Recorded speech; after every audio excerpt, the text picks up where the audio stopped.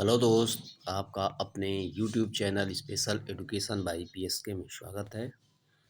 चलिए आज बीपीएससी 2.0 के लिए भूगोल पर अभ्यास कुछ करते हैं। तो देर नहीं करते हुए क्वेश्चन, ग्रीष्म अयतांत को होता है। ऑप्शन ए 22 दिसंबर, ऑप्शन बी 21 मार्च, ऑप्शन सी 21 जून, ऑप्शन डी 23 सितंबर। इसका राइट आंसर हो जाएगा आपका ए और सी, 22 भी हो जाएगा और 21 जून हो जाएगा। क्यों होगा देखिए, उत्तरी गोलार्ध में ग्रीष्म आयन 21 जून को होता है, जबकि दक्षिणी गोलार्ध में ग्रीष्म आयन 22 दिसंबर को होता है। इस समय दक्षिणी गोलार्ध में दिनों की अवधि लंबी तथा रातें छोटी होती हैं। चूँकि प्रश्न में किसी गोलार्ध विशेष के संबंध में नहीं पूछा गया है, अतः इस प्रश्न का सही विकल्प ए एवं सी दोनों होगा। चलिए अगला क्वेश्चन देखते हैं। 22 दिसंबर को सूर्य लंबवत चमकता है। ऑप्शन ए कर्क रेखा पर, ऑप्शन बी मकर रेखा पर, ऑप्शन सी भूमध्य रेखा पर, ऑप्शन डी उपयुक्त में कोई नहीं। व्याख्या देखते हैं। 22 दिसंबर को सूर्य कर्क रेखा पर लंबवत चमकता है, जबकि 21 या 22 जून को यह कर्क रेखा पर लंबवत चमकता है। अतः विकल्प बी सही है। इस प्रश्न का चलिए इसका राइट आंसर हो जाएगा ऑप्शन बी, मकर रेखा पर। अगला क्वेश्चन, दक्षिणी गोलार्ध का ग्रीष्म अयतांत कब होता है? ऑप्शन ए 21 मार्च को, ऑप्शन बी 21 जून को, ऑप्शन सी 23 सितंबर को, ऑप्शन डी 22 दिसंबर को। इसका राइट आंसर आपका हो जाएगा ऑप्शन डी, 22 दिसंबर को। व्याख्या देखिए, दक्षिणी गोलार्ध में ग्रीष्म अयतांत 22 दिसंबर को होता है। इस समय सूर्य मकर रेखा पर लंबवत चमकता है। इस समय दक्षिणी गोलार्ध में दिन की अवधि लंबी तथा रात छोटी होती है। अगला क्वेश्चन, दक्षिणी गोलार्ध में सबसे बड़ा दिन होता है। ऑप्शन ए 21 जून को, ऑप्शन बी 22 मार्च को, ऑप्शन सी 2 सितंबर को, ऑप्शन डी 22 दिसंबर को। इसका राइट आंसर आपका हो जाएगा ऑप्शन डी, 22 दिसंबर को, क्योंकि 20 और 21 जून को दक्षिणी गोलार्ध में सबसे छोटा दिन तथा 21 और 22 दिसंबर को सबसे बड़ा दिन होता है। वहीं उत्तरी गोलार्ध में इसकी विपरीत स्थिति होती है। अगला क्वेश्चन, दक्षिणी गोलार्ध में जलीय भाग कितने प्रतिशत है? Option A 51%, option B 61%, option C 71%, option D 81%। इसका राइट आंसर आपका हो जाएगा ऑप्शन डी, 81%। दक्षिणी गोलार्ध में जलीय भाग लगभग 80% क्षेत्र पर विस्तारित है, अतः निकटतम विकल्प होने के कारण विकल्प डी सही उत्तर होगा। ऑप्शन क्वेश्चन अगला, मोहरोविसिस असातत्य स्थित रहता है। ऑप्शन ए परपट्टी और मेंटल के मध्य, ऑप्शन बी ऊपरी मेंटल और निचली मेंटल के मध्य, ऑप्शन सी ऊपरी और निचली परपट्टी की परतों के मध्य, ऑप्शन डी मेंटल और बाह्य क्रोड के मध्य। इसका राइट आंसर हो जाएगा ऑप्शन ए,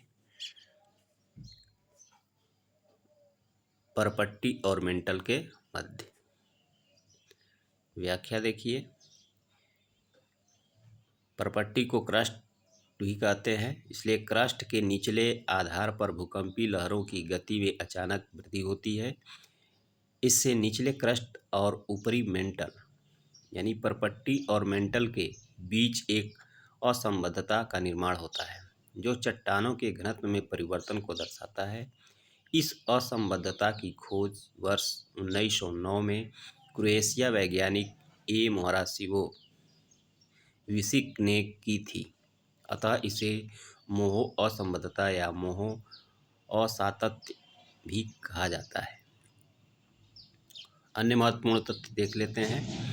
ऊपरी मेंटल एवं निचले मेंटल के बीच के अन्य असंबद्धता रेपेटी असंबद्धता के नाम से जानी जाती है। नीचे मेंटल के आधार पर गुटेनबर्ग विसर्ट असंबद्धता पाई जाती है। यह बायक्रोड और आंतरिक मेंटल के मध्य को अलग करता है।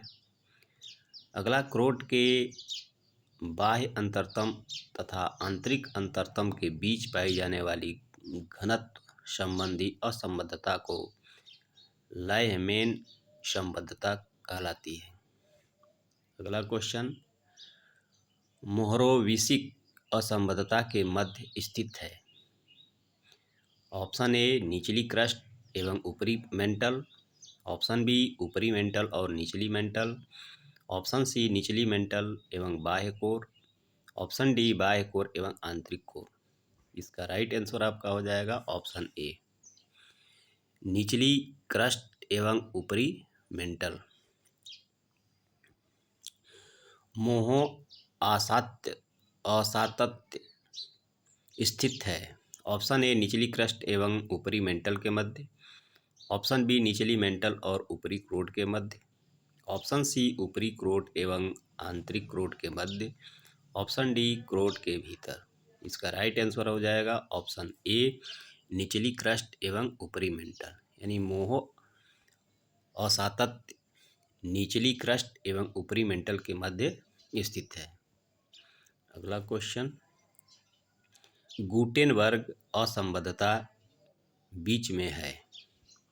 ऑप्शन ए सियाल एवं सीमा के मध्य, ऑप्शन बी सियाल व अंतरतम की सीमा, ऑप्शन सी मेंटल व अंतरतम की सीमा, ऑप्शन डी उपयुक्त में कोई नहीं। इसका राइट आंसर आपका हो जाएगा ऑप्शन सी, मेंटल व अंतरतम की सीमा।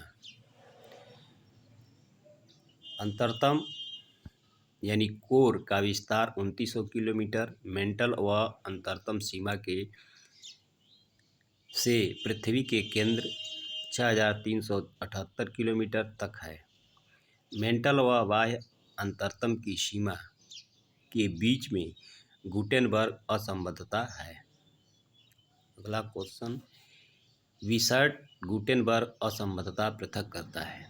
ऑप्शन ए भूपृष्ठ को मेंटल से, ऑप्शन बी मेंटल को बाह्य क्रोड से, ऑप्शन सी बाह्य क्रोड को आंतरिक मेंटल से, ऑप्शन डी बाह्य क्रोड को आंतरिक क्रोड से। इसका राइट आंसर आपका हो जाएगा ऑप्शन सी, बाह्य क्रोड को आंतरिक मेंटल से। अगला क्वेश्चन, गुटेनबर्ग असंबद्धता किन्हें अलग करती है। ऑप्शन ए ऊपरी क्रस्ट और निचला क्रस्ट, ऑप्शन बी बाह्य अंतरतम और मेंटल को, ऑप्शन सी आंतरिक अंतरतम एवं बाह्य अंतरतम को, और ऑप्शन डी निचला क्रस्ट और मेंटल को। इसका राइट आंसर हो जाएगा ऑप्शन बी, बाह्य अंतरतम और मेंटल को। अगला क्वेश्चन, पृथ्वी की भूपर्पट्टी तथा ऊपरी मेंटल भागों में प्लेटों का संचरण निम्नलिखित में से किस माध्यम से शक्ति ऊर्जा प्राप्त करता है। ऑप्शन ए गुरुत्वाकर्षण से, ऑप्शन बी रेडियो एक्टिव पदार्थों से, ऑप्शन सी चट्टानों के भार से, ऑप्शन डी संवहन से। इसका राइट आंसर हो जाएगा आपका ऑप्शन बी, रेडियो एक्टिव पदार्थों से। पृथ्वी की भूपर्पट्टी और ऊपरी मेंटल भाग में प्लेटों के संचरण हेतु रेडियो एक्टिव पदार्थों से शक्ति प्राप्त करता है। इन रेडियो एक्टिव पदार्थों से संवहन तरंगों की उत्पत्ति होती है, जिससे प्लेटों का संचरण होता है। अगला क्वेश्चन, पृथ्वी की आंतरिक परत नीफे के निर्माण में किन तत्वों की प्रधानता होती है। ऑप्शन ए सिलिका एवं एल्युमिनियम, ऑप्शन बी सिलिका एवं मैग्नीशियम, ऑप्शन सी बेसाल्ट एवं सिलिका, ऑप्शन डी निकिल एवं लोहा। इसका राइट आंसर हो जाएगा आपका ऑप्शन डी, निकिल एवं लोहा। पृथ्वी नीफे पृथ्वी की तीसरी एवं अंतिम परत है। इसकी रचना निकेल एवं फेरियम से मिलकर हुई है। फेरियम लोहे का ही रूप होता है। अगला क्वेश्चन, पृथ्वी के बाह्य अंतरतम की अधिकतम गहराई क्या है? Option A 5150 kilometre, option B 6371 kilometre, option C 7200 kilometre, option D 8100 kilometre. इसका राइट आंसर आपका हो जाएगा आपका ऑप्शन ए 5150 किलोमीटर। व्याख्या देख लेते हैं। पृथ्वी के बाह्य अंतरतम का विस्तार 2900 किलोमीटर से 5100 किलोमीटर की गहराई के मध्य है। इस मंडल में भूकंपीय एस लहर प्रविष्ट नहीं हो पाती है। 5100 से 6378 किलोमीटर की गहराई तक का भाग आंतरिक अंतरतम के अंतर्गत आता है, जो बाह्य अंतरतम की तुलना में ठोस अवस्था में है। अगला क्वेश्चन, पृथ्वी के गिर्द चट्टानों की बाहरी परत को कहा जाता है? ऑप्शन ए चर्म, ऑप्शन बी परपट्टी, ऑप्शन सी घेरा, ऑप्शन डी बाह्य परिधीय स्तर। इसका राइट आंसर आपका हो जाएगा ऑप्शन बी परपट्टी। पृथ्वी के गिर्द चट्टानों की बाहरी परत को परपट्टी या क्रस्ट कहा जाता है। भूपरपट्टी का घनत्व 3 ग्राम प्रति घन सेंटीमीटर है। महासागरों के नीचे इसका घनत्व 2.7 ग्राम प्रति घन सेंटीमीटर है। अगला क्वेश्चन, पृथ्वी में किस गहराई पर ठोस पदार्थ तरला अवस्था में मिलते हैं? Option A 32 kilometre, option B 50 kilometre, option C 80 kilometre, option D 100 kilometre. इसका राइट आंसर आपका हो जाएगा ऑप्शन डी 100 किलोमीटर। इसकी व्याख्या देखते हैं। भूपरपट्टी का विस्तार 0 से 100 किलोमीटर की गहराई तक माना जाता है। भूपरपट्टी के नीचे का भाग मेंटल या प्रवार कहलाता है। मेंटल का ऊपरी भाग ऊपरी प्रवार दुर्बलता मंडल कहलाता है। दुर्बलता मंडल आंशिक रूप से द्रवित या गलित है। 100 किलोमीटर की गहराई पर तापमान लगभग 1100 डिग्री से 1200 डिग्री सेंटीग्रेड है, जो प्रारंभिक गलनांक के करीब है। ज्वालामुखी उद्गार के दौरान जो लावा धरातल पर पहुंचता है, उसका प्रमुख स्रोत यही है। अतः पृथ्वी में 100 किलोमीटर की गहराई पर ठोस पदार्थ तरलावस्था में मिलते हैं। अगला क्वेश्चन, निम्नलिखित में से कौन सा कथन सत्य नहीं है? ऑप्शन ए पृथ्वी का अधिकांश भाग मैंटिल है, ऑप्शन बी पृथ्वी की तरल सियाल से बनी है, ऑप्शन सी सागर तल सीमा से बना है, ऑप्शन डी सीमा सियाल के ऊपर तैरता है। इसका राइट आंसर हो जाएगा आपका ऑप्शन डी, सीमा जो है सियाल के ऊपर तैरता है। सियाल सीमा के ऊपर तैरता है। श्वेस की संकल्पना के आधार पर पृथ्वी की ऊपरी परत दार चट्टान के नीचे 3 परतों का उल्लेख किया गया है, जो क्रमशः सियाल, सीमा और नीफे हैं। सियाल की मोटाई 50 से 300 किलोमीटर के बीच होती है। इसके नीचे सीमा, जिसकी मोटाई 1000 किलोमीटर से 2000 किलोमीटर तक है। सबसे नीचे नीफे है, जिसे पृथ्वी की केंद्रीय परत कहते हैं। अगला क्वेश्चन, निम्न में दुर्बलता मंडल कहाँ स्थित है? ऑप्शन ए बाहरी एवं आंतरिक क्रोड के बीच, ऑप्शन बी ऊपरी और निचले प्रवार के बीच, ऑप्शन सी निचले प्रवार के ठीक ऊपर, ऑप्शन डी ऊपरी प्रवार के ठीक ऊपर और ऑप्शन ई महासागरीय परपट्टी के ठीक ऊपर। इसका राइट आंसर हो जाएगा आपका ऑप्शन डी, ऊपरी प्रवार के ठीक ऊपर। अगला क्वेश्चन, पृथ्वी के आंतरिक भाग में कितने मीटर पर 1 डिग्री सेंटीग्रेड तापमान की वृद्धि होती है? Option A 22, option B 23, option C 32, option D 40। इसका राइट आंसर हो जाएगा आपका ऑप्शन सी 32 डिग्री सेंटीग्रेड। पृथ्वी की बाह्य सतह के नीचे की ओर जाने पर लगभग 32 मीटर पर 1 डिग्री सेंटीग्रेड तापमान में वृद्धि होती है, परंतु 8 किलोमीटर से अधिक गहराई पर जाने पर तापमान की वास्तविक वृद्धि दर का पता लगाना कठिन हो जाता है।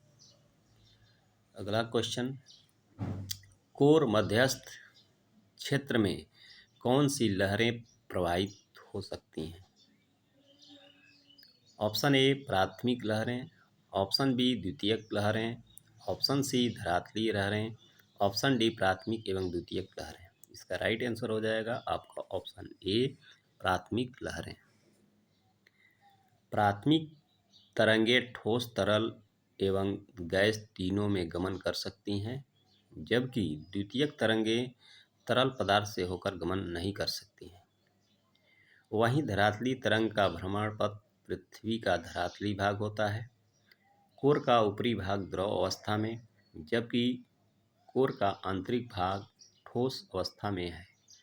अतः ऐसी स्थिति में कोर मध्यस्थ क्षेत्र में प्राथमिक लहरें प्रभावित हो सकती हैं। अगला क्वेश्चन, निम्नलिखित में से कौन सा युग्म सही नहीं है? ऑप्शन ए जलवायु का वर्गीकरण टिवार्था ने दिया था, ऑप्शन बी पृथ्वी की परतें बेवेल ने दिया था, अपरदन चक्र संकल्पना पेंक महोदय ने दिया था, ऑप्शन डी पृथ्वी की उत्पत्ति लाप्लास ने दिया था। इसका राइट आंसर आपका हो जाएगा इसमें आपका बी पृथ्वी की परतें बेवेल। ये जो है गलत है। पृथ्वी की परतों का विभाजन स्वेस और होम्स आदि विद्वानों द्वारा किया गया था, इसलिए ये विकल्प नकारात्मक है, इसलिए ये गलत है। अगला क्वेश्चन,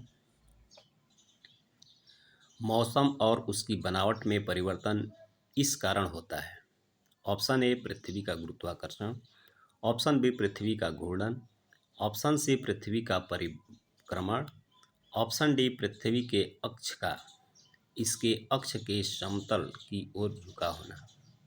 इसका राइट आंसर आपका हो जाएगा ऑप्शन डी पृथ्वी के अक्ष का इसके कक्ष के समतल की ओर झुका होना। मौसम परिवर्तन में सबसे बड़ा योगदान पृथ्वी का अपने अक्ष पर 23.5 डिग्री का झुका होना है।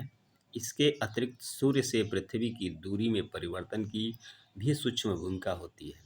अन्य महत्वपूर्ण तथ्य को जान लेते हैं। घूर्णन गति के कारण पृथ्वी पर दिन रात होते हैं।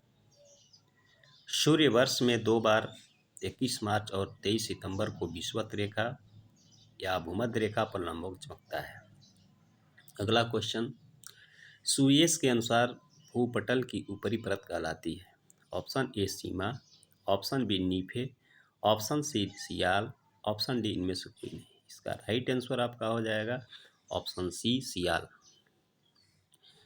सुयेस महोदय के अनुसार पृथ्वी की आंतरिक संरचना के 3 भाग होते हैं, जिसमें ऊपरी परत सिलिका और एल्युमिनियम से निर्मित होती है, इसलिए इसे सियाल या ऊपरी परत या भूपरपट्टी भी कहते हैं। IUGG के अनुसार इसकी औसत मोटाई 30 किलोमीटर है। IUGG का पूर्ण रूपेण international union of geodesy and जियोग्राफिसिस है। अगला क्वेश्चन, भूगणित एवं भूभौतिकी के अंतर्राष्ट्रीय संघ के अनुसार भूपटल की औसत मोटाई है? Option A 20 kilometre, option B 32 kilometre, option C 36 kilometre, option D 30 kilometre. इसका राइट आंसर आपका हो जाएगा ऑप्शन डी 30 किलोमीटर। चलिए अगला क्वेश्चन, पृथ्वी के आंतरिक भाग में ऊष्मा का जनन मुख्य रूप से पहला रेडियो सक्रिय पदार्थों तथा दूसरा है गुरुत्वीय बल के तापीय ऊर्जा में परिवर्तन से होता है। ऑप्शन ए उपयुक्त दोनों कथन गलत हैं। ऑप्शन बी उपयुक्त दोनों कथन सही हैं। ऑप्शन सी प्रथम कथन सही है तथा द्वितीय कथन गलत है। ऑप्शन डी द्वितीय कथन सही है तथा प्रथम कथन गलत है। इसका राइट आंसर आपका हो जाएगा ऑप्शन बी उपयुक्त दोनों कथन सही हैं। पृथ्वी के आंतरिक भागों में ऊष्मा का जनन मुख्य रूप से रेडियो एक्टिव सक्रिय पदार्थों तथा गुरुत्वाकर्षण बल के तापीय ऊर्जा में परिवर्तन से होता है। इसके माध्यम से पृथ्वी के आंतरिक भाग में तीव्र ऊर्जा पैदा होती है जो प्लेटों को इधर उधर खिसकाने में मदद करती है। अगला क्वेश्चन, तारों की निस्तृत गैस एवं धूल के राशि के पिंड को कहते हैं। Option A filament, option B nebula, option C ग्रहाणु, ऑप्शन डी द्वैतारक। इसका राइट आंसर आपका हो जाएगा ऑप्शन बी नेबुला। तारों की निश्चित गैस एवं धूल के राशि के पिंड को नेबुला कहा जाता है। निहारिका या नेबुला तारों के बीच अंतरिक्ष में स्थित ऐसे अंतर तारकीय बादल को कहते हैं जिसमें धूल, हाइड्रोजन गैस, हीलियम गैस और अन्य आयनीकृत प्लाज्मा गैस मौजूद होती है। अगला क्वेश्चन, अंतर तारकीय धूल परिकल्पना को प्रतिपादित किया था। ऑप्शन ए ऑटो स्मिथ ने, ऑप्शन बी एफ वेल्स ने, ऑप्शन सी रेसेल ने, ऑप्शन डी हेराल्ड जेफरीज ने। इसका राइट आंसर आपका हो जाएगा ऑप्शन ए ऑटो स्मिथ ने।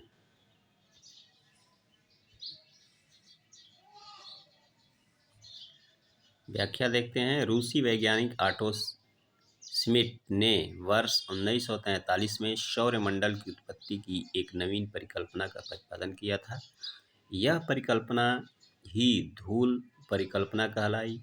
इस परिकल्पना में सौरमंडल की कई समस्याओं का वैज्ञानिक हल प्रस्तुत किया गया। अगला क्वेश्चन, फिलामेंट शब्द का प्रयोग किया गया है। ऑप्शन ए ग्रहाणु परिकल्पना में, ऑप्शन बी ज्वारीय परिकल्पना में, ऑप्शन सी सुपरनोवा परिकल्पना में, ऑप्शन डी अंतर तारकीय धूल परिकल्पना में। इसका राइट आंसर आपका हो जाएगा ऑप्शन बी ज्वारीय परिकल्पना में।